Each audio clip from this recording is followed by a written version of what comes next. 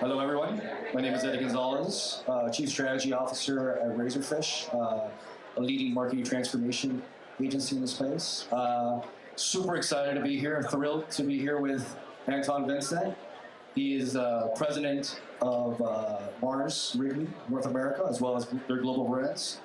The fact that, talking to someone that runs a business of some of the most iconic brands in the space, you think about M&M's, you think about Snickers, you think about Skittles. Those are great. Not bad. Yeah. Well, I'm Anton Vincent. As I said, I run North America for Mars Wrigley. I'm also responsible for our global ice cream business as well. But very ecstatic to be here. Believe it or not, this is my first time at South by Southwest. So it's like every time something comes up, it's like every time I get invited, my schedule precludes me from coming. So we actually made some time for this time. And really thankful for brand Innovators for inviting us. They talked to a few of my team in the past, and so I'm really excited to have this conversation with you this afternoon. So. Awesome. So can I start off with like a personal story, maybe even a little bit of a confession? That's okay. Sure. So ever since I've been a little kid, my jam has been Skittles. I love Skittles. Right. I was like that kid in Halloween that was going to house, trying to hoard up all the Skittles. I'm like trading M&Ms for Skittles. I was a kid like some of the parties where you have like the piñatas, then it would open up and all the candy would come out. I'd be the one in the middle of that, taking out other kids. Wow. A little bit aggressive. Now I'm frightened, but go ahead. A little bit aggressive. But, it just shows, though. I mean, I built a connection with that brand since I was young, and I still love Skittles today. Was there a specific brand that you grew up with? Yeah, I'm going to date myself a little bit. I chewed a lot of gum when I was little. So the Juicy Fruit and the Spearmint, those are really good things for me because, I went to church a lot when I was little, and I still remember getting my hands slapped and other things because the big rule is you don't chew gum in church, right? So I have very distinctive sort of brand memories in terms of really wanting to chew gum and then spending most of my childhood avoiding all the ladies and slap me if I chew gum in church. So that's my brand engagement from a child's perspective. Love it. Yeah, but what's interesting about those two stories is, those brands were able to create connections with us from when we were young, and those connections have stayed with us till we've been, in our adult lives. And if you look at kind of the era that we're in right now, where there's so many different brands, so many different options, and brand loyalty, in many cases, sometimes didn't even exist, it's super important for brands like Mars, other brands, to really create that emotional connection with their consumers. And it all starts with being customer obsessed. Ultimately, knowing everything, understanding what makes them tick, understanding what are the needs that they have, and ultimately delivering a product that can meet those needs. Yeah, I think one of the things that's interesting these days is that, look, we're dealing with a very different set of consumers. They're very values-based, which, technically is not new, but they really act on their values now. So trying to get from values to transaction is a thing we spend a lot of time on. Just making sure, we understand the value system, we understand how that value system actually migrates over time, then how does it connect and drive transactions. At the end of the day, that's what we want. We want transactions, we want repeat transactions, we want loyalty, and we want great engagement with our brands over time. So I think that's a new world we're in. I know we'll talk a little bit about technology in terms of how do we identify, how do we build audiences, how do we scale those audiences, how do we get them into an ecosystem that's really enriching their lives as well. Well, we're going to get down into all of that. But before that, actually, let's take a pause. I mean, you've been an amazing journey in your career. Can you just talk to us a little bit about some of the experiences and how you got to where you're at? Yeah, amazing, or I've just been doing it for a long time. Either way. So it's interesting. I came out of grad school and I went right into the industry, worked for General Mills for a very long time. And this is very interesting because my very first brand I worked on was the Betty Crocker business, so Betty Crocker baking business. And, Betty was a thing now. When I came on, Betty was probably 85 years old. And then probably years later, we developed the first website, the first recipe strategy. We digitized Betty, we run some awards in that as well.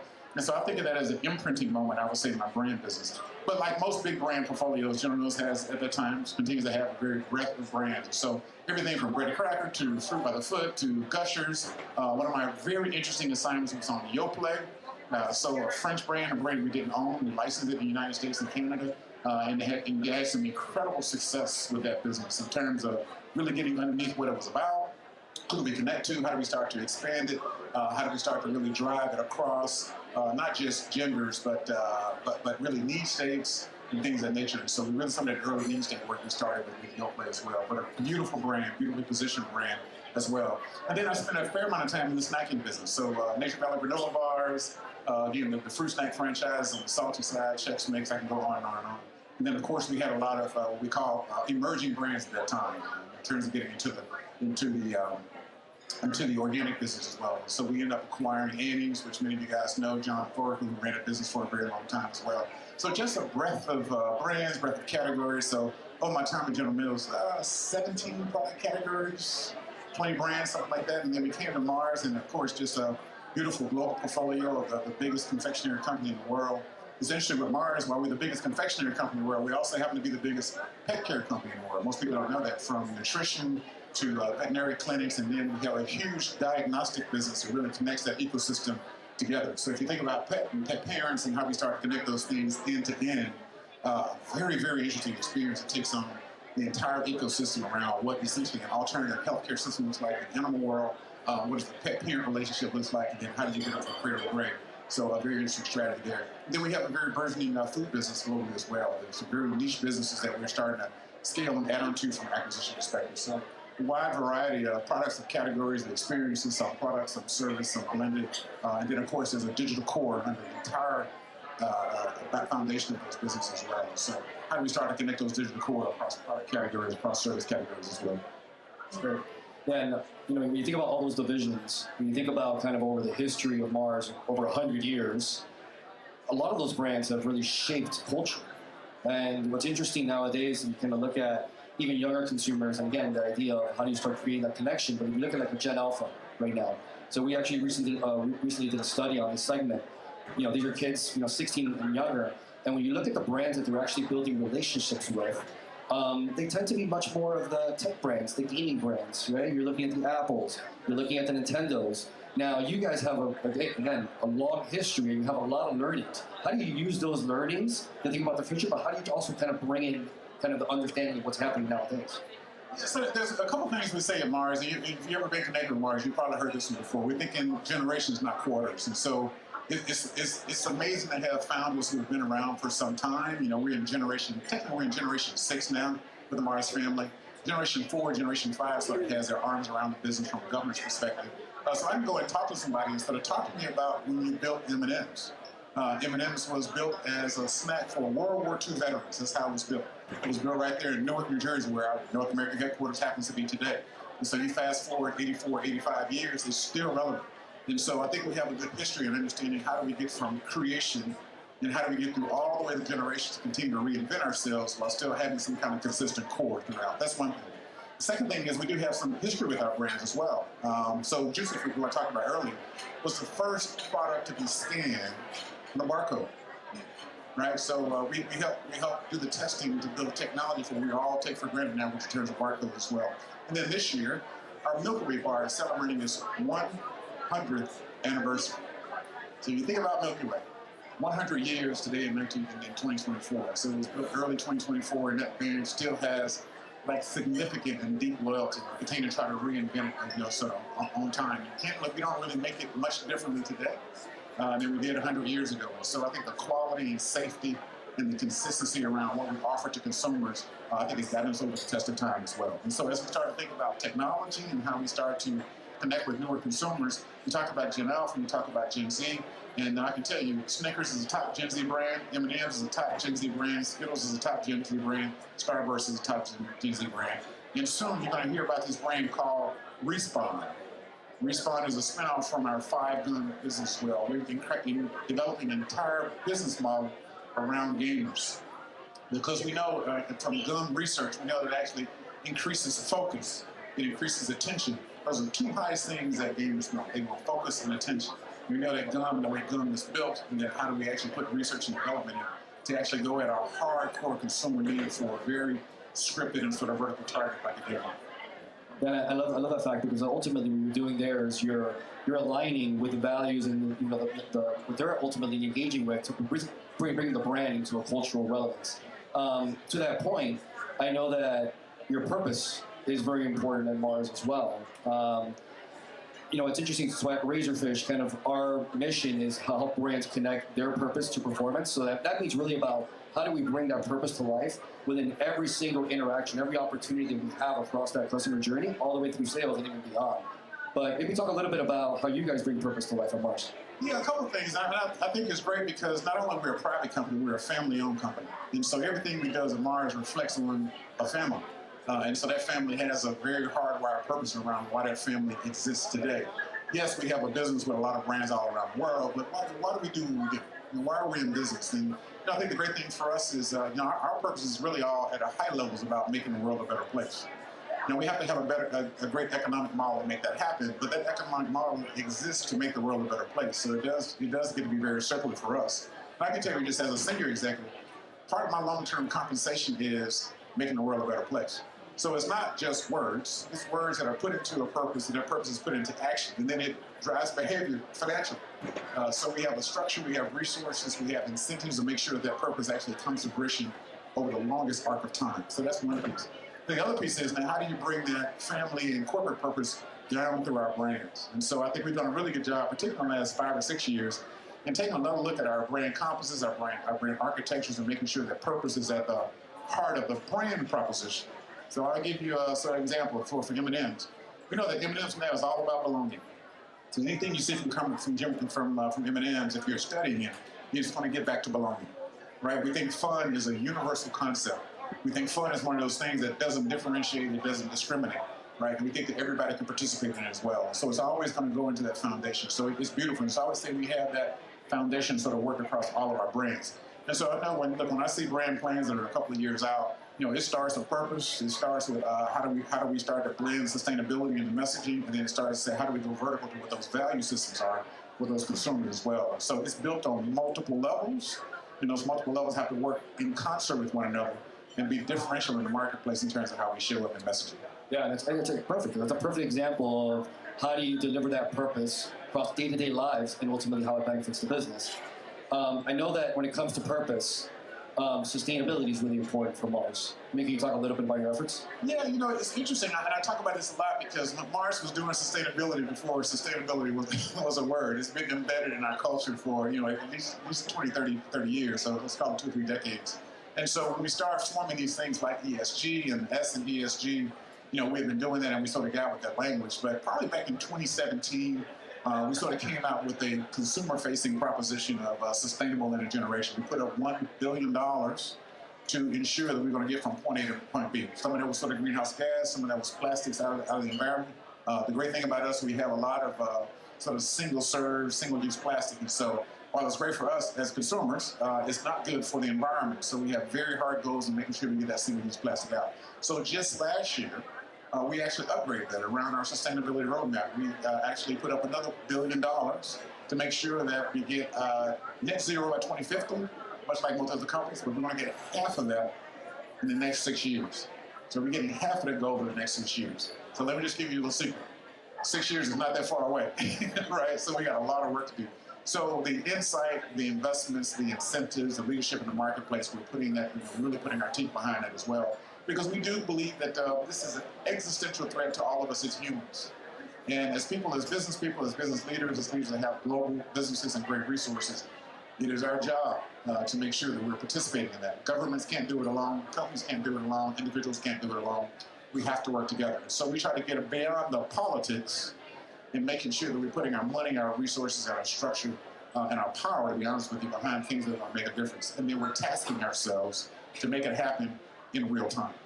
And I think that's a perfect example as to how you guys are bringing that purpose to life. But then also, going back to kind of the focus of this, which is really around how do we obsess about the customer. We know sustainability is incredibly important, and you guys are matching up to those values that they're looking for. Now, when we think about customer obsession, we work with a lot of brands to help them better understand kind of what's happening, almost like identify the trend ahead of the trend, really, is what we want to get ahead of. Whether it's helping them understand search behaviors, social sentiment, talking to consumers, getting that valuable voice of customer feedback. What has Mars done kind of in that space to kind of leverage data insights in order to kind of project the future where you guys are to go? Yeah, so it's, let me say something blatantly obvious. Data and insights are important, right? But the right data, the cleanest data, the most usable data, how do we get that data to turn into information, insight to strategy? strategy and action. And so I think make sure we're going through that whole ecosystem, I think it's really important for us. And so I am the North American executive lead for our AI program, and so we're really big into not just AI, but responsible AI. Like many of you, we've been using AI for a long time. I think all of the progress with the generative piece over the last couple of years with the large language models and things of that nature was sort of getting everybody's attention. So clearly there's a big strategy behind the generative piece. A lot going on there. We work with all the big data providers, all the big tech companies on those pieces as well. The other piece is how do we start to get to an enterprise AI level where really some of the foundations of what we do end to end is starting to have a big AI engine to it, and that includes our marketing pieces as well.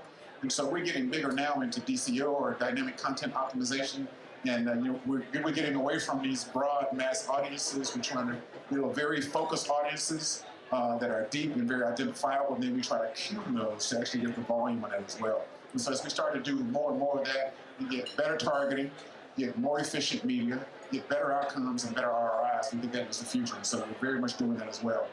And you can imagine that looks different in North America than it looks in Europe, than it looks in China, than it looks in what we consider our emerging markets as well. So part of it is making sure we got the right mindset, the right strategy, the right MarTech, and then making sure that we have marketers and researchers and data scientists coming up with a system around how do we apply that against consumers who, you know this, they change every day. What they say and what they do is different.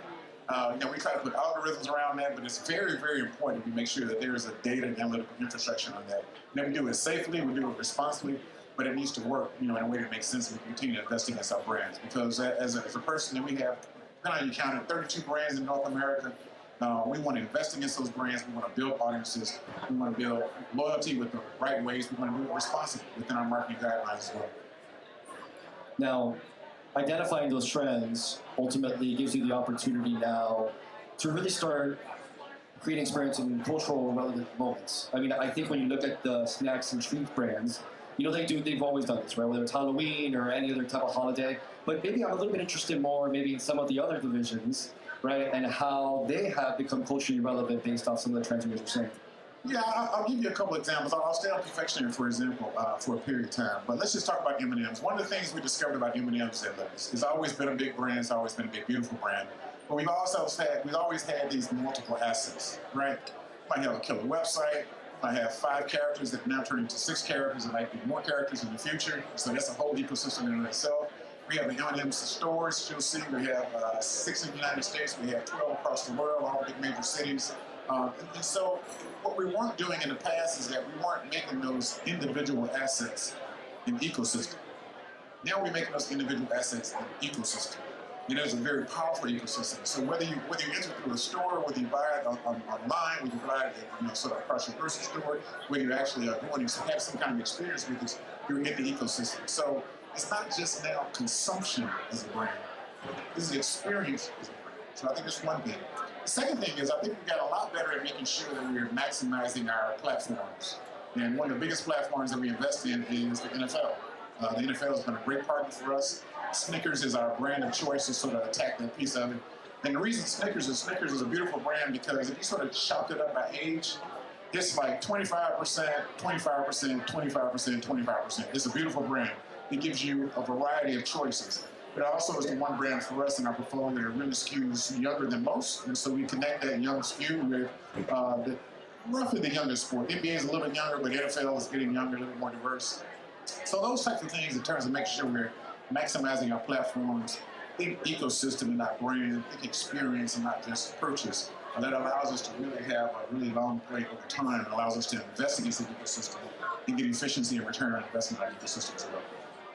Speaking of investment, as we kind of think about the future, can you give us a sneak peek into like maybe some of the areas in which you are investing, maybe some of the things we're going to be seeing from Mars in the near future? I'll stay conceptual here, but I also have a responsibility for our global ice cream team. So ice cream, you guys know the space is a very interesting space. It's a $100 billion category globally.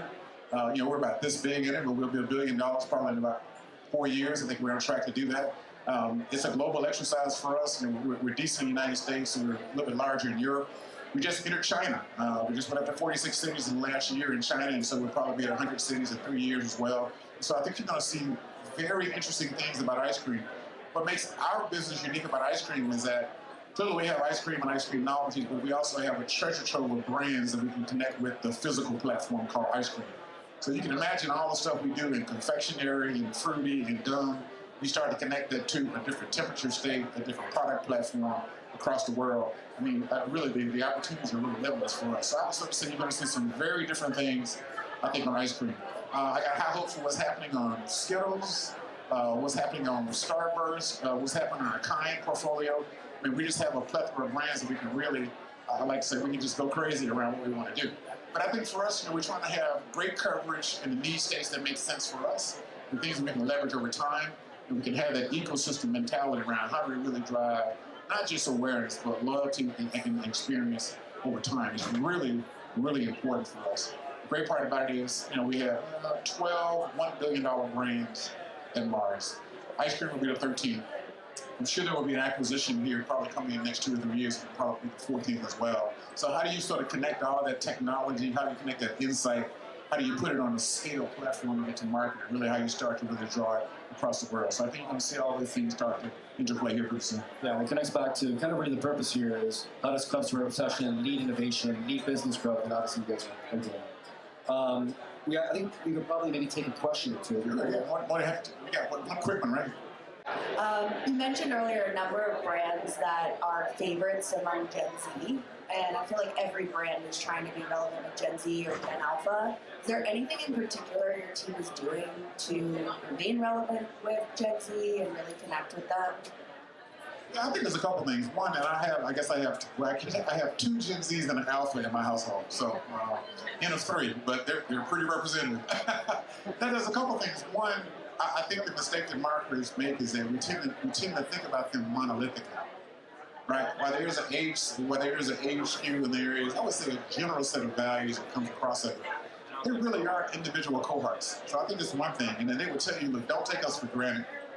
Don't put us in some kind of cohort. Really understand who we are and what drives us. That's the first thing. The second thing is, I do think this generation, I'll talk about Gen Z, I think they're the first generation that really knows how to activate their value system. Right? They really know how to activate it. They know what they believe in. They're very passionate about it. And they want us to, see it, understand it, and talk to them in a way that proves that we understand it. Right? It's very, very important for this. So authenticity, I would say, is first and foremost, I think, for this piece as well. And then at the end of the day, this is a very conflicted cohort. They're very conflicted. They want freedom, but they want security, right? They want to be the CEO tomorrow, but they understand they have to learn and they have to have mentorship. Like all these dualities are taking place in their head all at one time. And but they're the least equipped, I would say, to sort of deal with it in some kind of rational way. I see it in consumers, I see it in people coming into the workplace as well. So I would say just understand the complexity of what they're going through. And I would say my own personal pieces, I have a 22 and 23-year-old and a 16-year-old. But older kids this whole thing around adulting is real.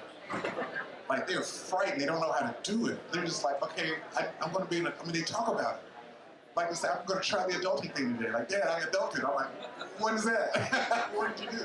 So there's, I won't say that there's fear, but there's great contemplation about adulthood. There's great contemplation and great conversation about making that transition to adulthood. And so just recognizing that conversation is in their head because they won't communicate it to you, but it's resonant. So I think it's just really understanding their value system, understanding the duality exists probably more than any other cohort that I've seen age-wise anyway, in this particular space. I think your point around the conflicted nature of the generation is really interesting because it makes it hard when there's duality there to figure out how to resonate.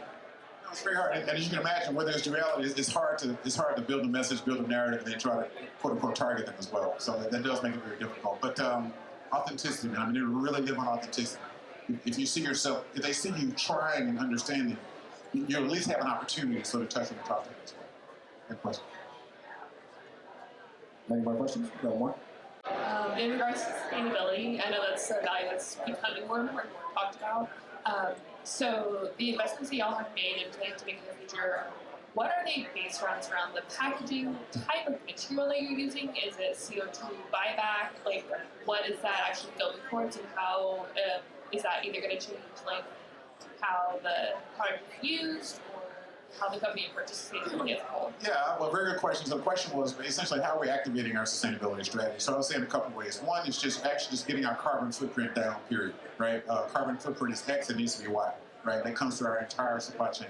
From when we pull cocoa out of the ground in West Africa to when it comes through you in an M&M in a single-use plastic, right? So we're trying to get those things right. So think about GSG as sort of one vertical. The other vertical, what you talked about, is packaging, in particular for our industry. Because we sell things in small packages and you can only use one time, that's really not good for the environment, right? So one is the single-use nature of it, but also is the content as well. So you see us moving more towards paper packaging. By the end of fiscal 24, or calendar 24, 100% of our single-use packaging M&Ms will be paper-based, right? The third thing is, we don't talk about this a lot, is thriving communities. And so you can imagine for a branded global manufacturer like us, we pull a lot of things out of earth. I'll just stay with cocoa for a second. We source 70% of our cocoa from West Africa, and making sure that that ecosystem is whole, that it's fair, that it's moving, and that all levels of it are transparent, and making sure that the money we invest in that ecosystem is getting to the people who are most important, which are the farmers who are farming the cocoa as well. So this whole idea around thriving people and thriving communities as a part of sustainability is a big piece for us. So think GHG. Get it out, get it down, net zero. Big packaging or just materials in general, making sure that they are earth-friendly materials. And making sure that, hey, the people that we interact with in our entire ecosystem, primarily from the sourcing side, and making sure those are thriving communities, right? One, to supply us. Two, because it's just the right thing to do. We've got to make sure that our communities are thriving and can supply us and others over time as well. So I would say those are our three big verticals that we're really, really focused on. And I'll go back to saying it. As a senior executive, there's a part of my long-term compensation. Now, those are not words. It's real. If I don't get it done, it hurts my pocketbook, and that drives my behavior. So, I like the way that we have put things out there. We're not shy around that. I like the system and the resources we put in place, and then there's the incentives in place to actually get action and meaningful action behind it as well. So appreciate that. For your supply chain inputs to your food products, are you using any regenerative products that are grown in a way that actually draws down carbon out of the air and regenerates the soil and stops erosion? Yeah, so short answer is we're trying. So here's the deal. Love regenerative agriculture. We got to get regenerative agriculture where we can actually produce things at scale. So so if I need billions of tons of something, there's not enough billions of tons of regenerative agriculture for us to do that. But what we do is, as we start to build and support the farming infrastructure, because we're not farmers, but we support farmers. So our farming infrastructure is somewhere between 300 and 400,000 smallhold farmers around the world. For your suppliers. Yeah, exactly. So what we can do is to make sure that we put in requirements and specifications that, hey, look, we need to make sure that over time, because regenerative agriculture takes time to turn the soil over, then we expect X amount of production that is sourced from regenerative agriculture and other means of sustainability as well. Right. So what we know now is that it can scale, and what we know now is that it can start almost immediately. There's a lot of news thought on that. So it'd be great to continue that. Thank you. Thank you. So I think we're at time, Anton, but this has been great.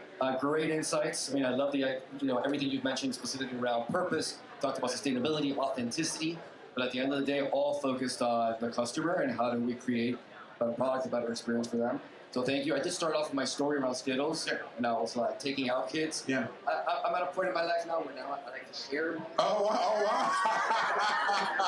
Wow. And by the way, this is the latest packaging too. That's pretty good, man. So you must have just purchased this one, okay? All right. And look, thank you guys so much. So look, whenever you need a snack or need a treat, think about Mars. Thank you guys.